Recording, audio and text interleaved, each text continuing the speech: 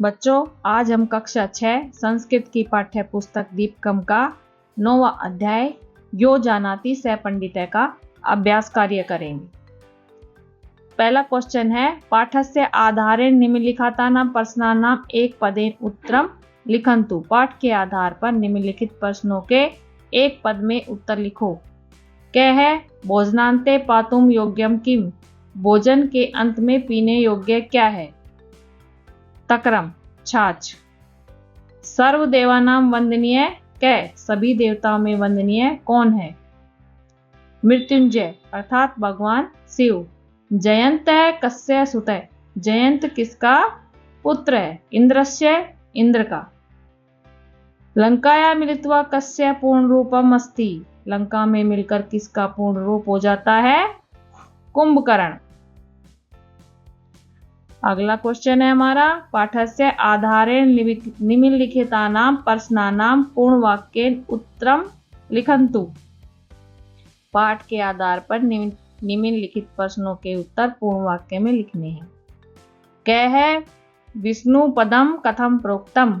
विष्णु का पद कैसा है? विष्णु पदम दुर्लभम प्रोक्तम। विष्णु का पद दुर्लभ है, कठिन है। कस्य आदि अंत च न अस्ति? किसका आदि आरंभ अंत न है? किसका आदि और अंत न है? नयन, नयनम का न और न, आदि और अंत न है।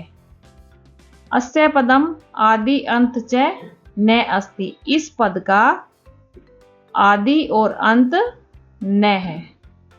नरः कस्याम किम इच्छति?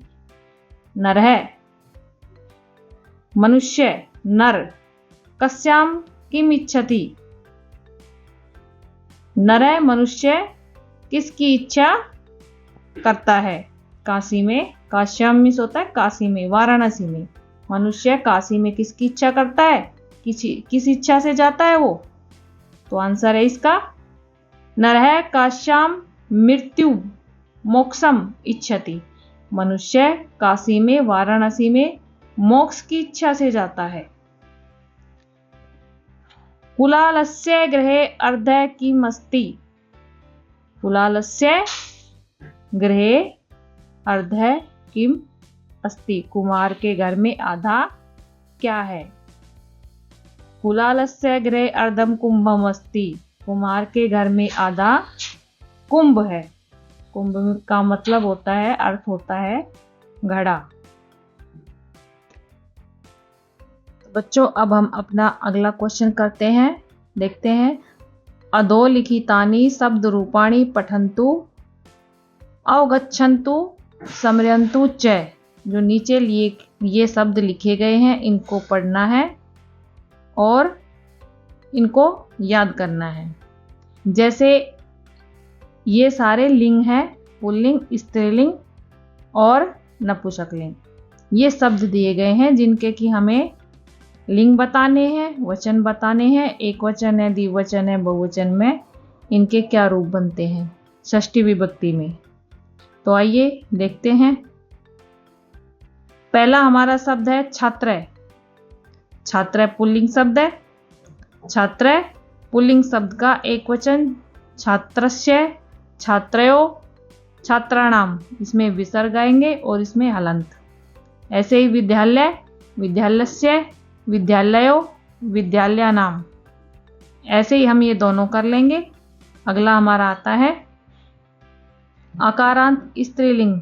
जैसे सीता है, सीता शब्द है, सीता का एक वचन है सीताया, सीतयो, सीता नाम। कथा का कथाया, कथयो, कथा नाम। ऐसे अब हमने अकारांत पुल्लिंग में उच्चारण करते समय पीछे ए आता है। जैसे छात्र ए, विद्यालय ए आता है, सुतः ए आता है, रामय ए आता है। ऐसे ही स्त्रीलिंग में ये अकारांत है, ये आकारांत है, इसमें आ आता है। जैसे राम ए, सीता आ। पीछे उच्चारण करते समय क्या आता है? आ। कथा आ, ये आकारांत है। प्रिया आ। अब इनका ऐसे ही हम एक वचन, द्विवचन और बहुवचन रूप लिखेंगे। इकारांत में बड़ी ई आती है। इकारांत स्त्रीलिंग में बड़ी ई आती है। नदी बड़ी ई, देवी बड़ी ई। इनका एक वचन, द्विवचन और बहुवचन रूप बनाएंगे। प्रियाया, प्रिययो, प्रियाणाम। ऐसे ही अकारांत नपुंसकलिंग में देखते हैं। उद्यानम, उद्यानस्य, उद्यानयो, उद्यानान्। फलम, फलस्य, फलयो, फलानाम। भोजनम, भोजनस्य, भोजनयो, भोजनानाम। इसी प्रकार अहम अस्मद है ये। मम, आवयो, अस्माकम, जो कि हमने आपको याद होगा तीसरे चैप्टर में हमने ये सभी पढ़े हैं, इनका अर्थ पढ़ा है और इनका प्रयोग पढ़ा है। त्वम, तव, युवयो, युष्माकम। तत्, तस्य, तयो, तेषाम। तत्, तस्या, तयो, तासाम। ये पुल्लिंग है तत् और ये स्त्रीलिंग है तत्। इनके वचन तीनों अलग अलग होंगे। ऐसे ही स्वरनाम पद हैं, जैसे तत् नपुंसकलिंग में तस्य, तयो, तेषाम। एतत् पुल्लिंग में एतस्य, एतयो, एतेषाम। एतत्, एतस्या, एतयो, एतासाम। एतत् ये नपुंसकलिंग में, ये पुल्लिंग में, स्त्रीलिंग में और नपुंसकलिंग में अलग अलग वचन होते हैं। एक वचन, बहुवचन अलग अलग होते हैं। पुल्लिंग में और नपुंसकलिंग में सेम होते हैं, देख रहे होंगे आप, और स्त्रीलिंग में अलग होते हैं। तो ये क्वेश्चन हमारा यहीं पूरा होता है। आइए अब हम अपना अगला क्वेश्चन करते हैं। उदाहरणानुसारम वाक्यानि लिखन्तु। उदाहरण के अनुसार वाक्य लिखो। यथा, जैसे कि विद्यालय छात्र, विद्यालय छात्र, इसका बदलकर हमें रूप लिखना है विद्यालयस्य छात्र। गच्छति, गच्छ धातु एक वचन। अब ये विद्यालय पुल्लिंग शब्द है। ऐसे ही द्विचक्रिका स्त्रीलिंग शब्द है। वृक्ष पुल्लिंग है, छात्रा स्त्रीलिंग है, राम है पुल्लिंग है, मंदिरम पुल्लिंग है। तो हमें इनके सबके षष्ठी विभक्ति में रूप बदलने हैं। यहाँ पे धातु एक वचन में और इनके सबके हमें षष्ठी विभक्ति में रूप बदलने हैं। विद्यालय की षष्ठी विभक्ति एक वचन विद्यालयस्य। गच्छति द्विचक्रिका, द्विचक्रिका स्त्रीलिंग शब्द है, मैंने पहले बताया था। तो इसका षष्ठी विभक्ति में एक वचन क्या होता है? द्विचक्रिकाया, द्विचक्रिकाया चक्रम भ्रमति। वृक्ष फलम, वृक्ष पुल्लिंग है तो पुल्लिंग का क्या होगा? वृक्षस्य। षष्ठी विभक्ति में वृक्षस्य फलम खादति। अगला है हमारा छात्रा, नाम छात्रा स्त्रीलिंग है। छात्रा का षष्ठी विभक्ति में क्या चेंज हो जाएगा? छात्राया। छात्राया नाम पृच्छति। रामे, रामे पुल्लिंग शब्द है तो इसका षष्ठी विभक्ति में क्या होगा?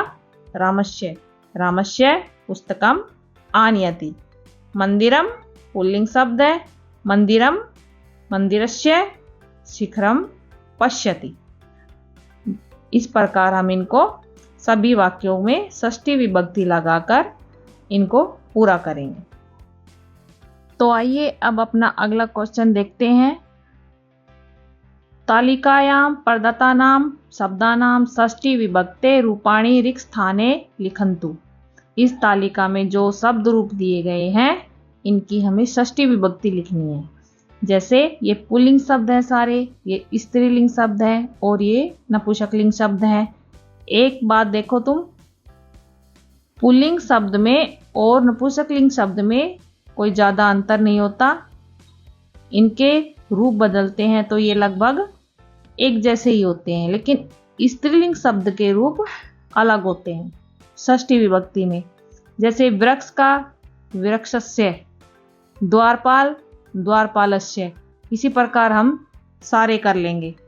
और जैसे भवनम भवनस्य, उद्यानम उद्यानस्य, वनम वनस्य, नपुंसकलिंग में ऐसे ही रहते हैं जैसे पुल्लिंग शब्द में रहते हैं। लेकिन स्त्रीलिंग में छात्रा छात्राया, दोला दोलाया, इसमें अस्य लगता है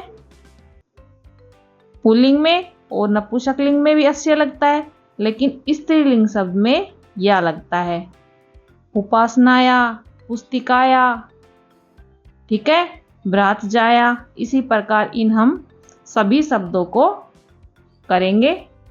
इसी प्रकार कुछ शब्द यहाँ दिए गए हैं, जैसे पुल्लिंग के हैं ये सभी। प्राचार्य प्राचार्य से, ये स्त्रीलिंग के शब्द हैं। लेखनी लेखनिया, पत्नी पत्नियां, पुत्री पुत्रिया, और ये हमारे नपुंसकलिंग के शब्द हैं। ठीक है, अब हम अपना अगला प्रश्न देखते हैं। रिक्त स्थानेषु कुटुंबस्य परिचयम लिखन्तु। रिक्त स्थान में अपने कुटुंब परिवार के सदस्यों का परिचय लिखना है। जैसे मम नाम दिनेश है, मेरा नाम दिनेश है, आपका जो नाम हो आप दिनेश की जगह वो लिखेंगे। मम पितु नाम सुरेश है, मेरे पिता का नाम, जो तुम्हारा नाम है तुम्हारे पिताजी का, पापा का जो नाम है वो लिखेंगे। ऐसे ही मम मातु नाम, माता का नाम लिखना है। मम अग्रजस्य नाम, अपने बड़े भाई का नाम लिखना है। यहाँ अपनी छोटी बहन का नाम लिखना है। ऐसे ही हम यहाँ दादा का नाम लिखना है। ठीक है, ऐसे ही हम ये अपने परिवार के सदस्य से, मम्मी से, पापा से पूछ करके ये कॉलम हम खुद करेंगे बुक में। अपना अगला प्रश्न देखते हैं। अद्य श्री रामस्य कुटुंबस्य रेखा चित्रम अस्ति, चित्रम दृष्ट्वा उदाहरण अनुसारम वाक्यानि रचयन्तु। नीचे ये जो चित्र दिया गया है ये श्री राम के परिवार का, कुटुंबस्य परिवार का रेखा चित्र है। उदाहरण के अनुसार इसमें से हमें वाक्य बनाने हैं। ठीक है, जैसे कि ये महाराज दशरथ हैं, ठीक है, ये राम हैं, ये सीता जी हैं। अब जैसे महाराज दशरथ हैं तो ये श्री राम के क्या लगते हैं और सीता इनकी क्या लगती है, वो हमें वाक्य के अनुसार लिखना है, जो कि मैं तुम्हें आगे लिखना बताऊंगी। ठीक है, और जैसे श्री राम है वो महाराज दशरथ के क्या लगते हैं, महाराज दशरथ हैं वो श्री राम के क्या लगते हैं। कौशल्या है, कौशल्या श्री राम की क्या लगती हैं। राम जी हैं वो कौशल्या के क्या लगते हैं। ठीक है, ऐसे सीता जी हैं वो दशरथ की क्या लगती हैं, दशरथ उनके क्या लगते हैं।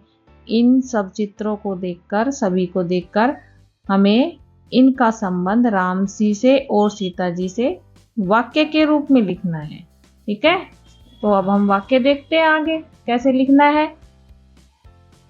तो अब हम देखते हैं हमें इसमें से देखकर वाक्य कैसे बनाने हैं। जैसे राम का जो चित्र है उसको दशरथ के चित्र से मिलाना है। तो उसके लिए वाक्य जैसे हम लिखेंगे, रामस्य पिता दशरथ। अब इसमें षष्ठी विभक्ति लगी हुई है। ठीक है, अस्य का मतलब होता है काके की, जिस वाक्य के पीछे अस्य लग जाता है उसका मतलब है रामस्य पिता दशरथ है, राम के पिता दशरथ है। रामस्य माता कौशल्या, राम की माता कौशल्या है। पहले हम इसको देखेंगे, जैसे कि रामस्य पिता दशरथ, राम के पिता दशरथ है, और दशरथस्य पुत्र राम, दशरथ के पुत्र राम है। ऐसे ही जो हमारे बीच में जितने भी चित्र हैं उनका संबंध राम से और उनका संबंध सीता से हमें लिखना है। पहले हम सबके राम से संबंध लिखेंगे। रामस्य माता कौशल्या, राम की माता कौशल्या है। कौशल्याया, ये स्त्रीलिंग शब्द है, कौशल्या स्त्रीलिंग शब्द है, इसमें इसलिए या आया है, पहले भी मैं ऊपर बता चुकी हूँ। पुल्लिंग में अस्य आता है और षष्ठी विभक्ति में, और ये स्त्रीलिंग शब्द है इसलिए इसमें कौशल्या पुत्र राम। रामस्य ससुर जनक है। अब हमें जो दूसरी पिक्चर हमारी है, ठीक है, तीसरी है हमारी जनक, जनक का राम से संबंध लिखना है।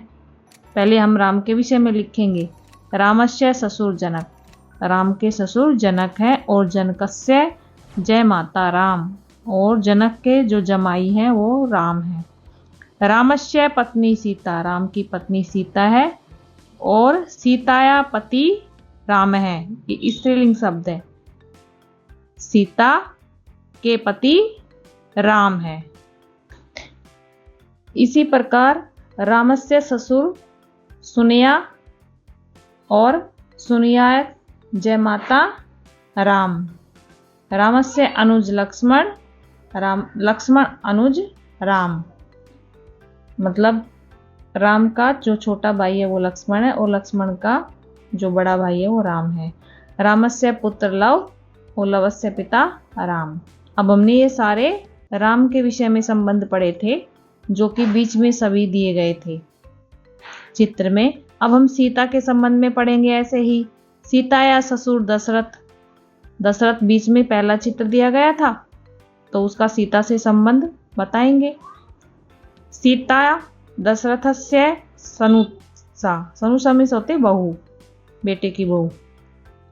ऐसे ही ये देखो, सीताया ससुर कौशल्या सास, कौशल्या सनुषा सीता। सीताया पिता जनक, सीता के पिता जनक है। जनकस्य पुत्री सीता, और जनक की पुत्री सीता है। सीताया पति राम, रामस्य पत्नी सीता। सीताया माता सुनिया, सुनयना, और सुनयनाया पुत्री सीता। सीताया देवर लक्ष्मण, लक्ष्मणस्य पुल्लिंग शब्द है इसलिए अस्य आया है लक्ष्मणस्य। भ्रात जाया सीता, भ्रात जाया होती है भाभी। सीताया पुत्र लव और लवस्य माता सीता। इस प्रकार ये क्वेश्चन हमारा पूरा होता है। अगला प्रश्न है हमारा, निम्नांकित पुस्तक सूची मध्य, जो नीचे ये पुस्तक सूची है इसके मध्य में, इनके मध्य में किसके ऊपर कौन सा शब्द लिखा गया, किसके ऊपर क्या आया है, यह हमें लिखना है। देखो, जैसे इसके ऊपर ये है, इसके ऊपर ये है, इसके ऊपर ये है, ये सब हमने लिखने हैं। तो देखो, जैसे उत्तर क्या होगा इसका, लीलावत्या ऊपरी पंचतंत्रम अस्ति। लीलावत्या, ये लीलावती है, इसके ऊपर पंचतंत्र है, दिख रहा होगा आपको। तो इसका जो हम वाक्य बनाएंगे वो क्या बनाएंगे, लीलावत्या ऊपरी पंचतंत्रम अस्ति। भगवद गीताया ऊपरी लीलावती अस्ति। भगवद गीता ऊपरी, भगवद गीता के ऊपर क्या है, लीलावती। भगवद गीताया ऊपरी लीलावती अस्ति। रामायणस्य ऊपरी भगवद गीता अस्ति। रामायण के ऊपर क्या है, भगवद गीता है, ठीक है। हितोपदेशस्य ऊपरी रामायणम अस्ति। ये हितोपदेश है, इसके ऊपर क्या है, रामायण है। इसके ऊपर, अब ये नहीं है कि ये नीचे दिया गया है, नहीं, ये इसके ऊपर है, ठीक है। और इसके ऊपर ये पूरा है, जैसे क ख ग घ ड, तो इसके ऊपर ये है और इनके ऊपर ये है। मनुस्मृत्या ऊपरी रघुवंशम।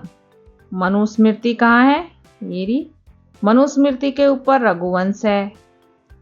अमरकोशस्य ऊपरी मनुस्मृति अस्ति। अमरकोश है, इसके ऊपर मनुस्मृति है। अष्टाध्यायी ऊपरी अमरकोश है अस्ति। अष्टाध्यायी है, इसके ऊपर अमरकोश है। महाभारतस्य ऊपरी अष्टाध्यायी अस्ति। महाभारत के ऊपर अष्टाध्यायी है। अर्थशास्त्रस्य ऊपरी अर्थशास्त्र है, अर्थशास्त्र है, इसके ऊपर महाभारतम है। तो क्या लिखेंगे इसका वाक्य, अर्थशास्त्रस्य ऊपरी महाभारतम अस्ति। अर्थशास्त्र के ऊपर महाभारत है। तो यहीं पे हमारा इस पाठ का अभ्यास समाप्त होता है।